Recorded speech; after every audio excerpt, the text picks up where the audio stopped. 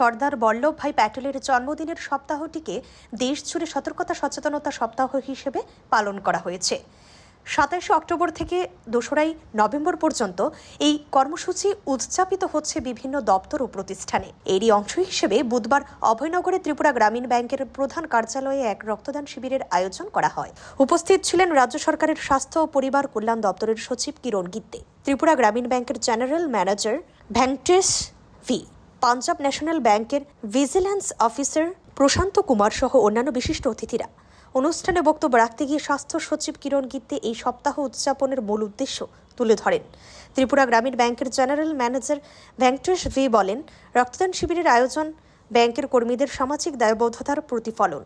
তিনি আরও জানান, গ্রামীণ ব্যাংক ভবিষ্যতেও নানা সামাজিক কর্মসূচি গ্রহণ করে সমাজ কল্যাণে অগ্রণী ভূমিকা পালন করবে। রক্তদাতাদের অভিনন্দন জানিয়ে তিনি বলেন, এই ধরনের উদ্যোগ আমাদের আরও ইতিবাচকভাবে এগিয়ে যেতে অনুপ্রাণিত করে।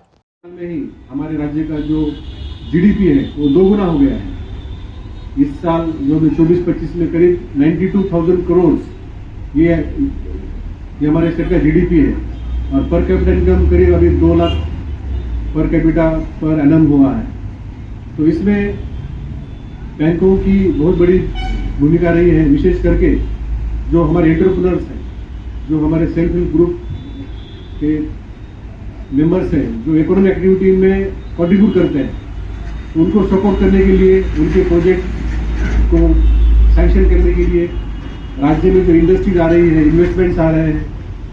आपने सुना होगा कि जब मई महीने में दिल्ली में तो north east rising investment summit हुई थी, तो उसमें नॉर्थ ईस्ट के सभी 8 राज्य शामिल थे।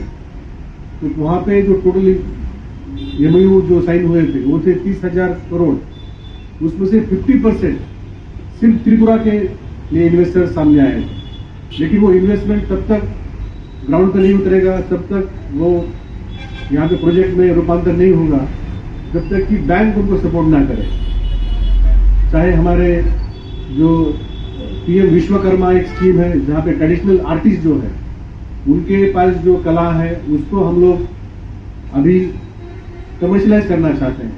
उनको हमने ट्रेनिंग दिया है, टूल किट्स दिए हैं, उनके लिए भी लोन बैंकों के माध्यम से दिया जाता है।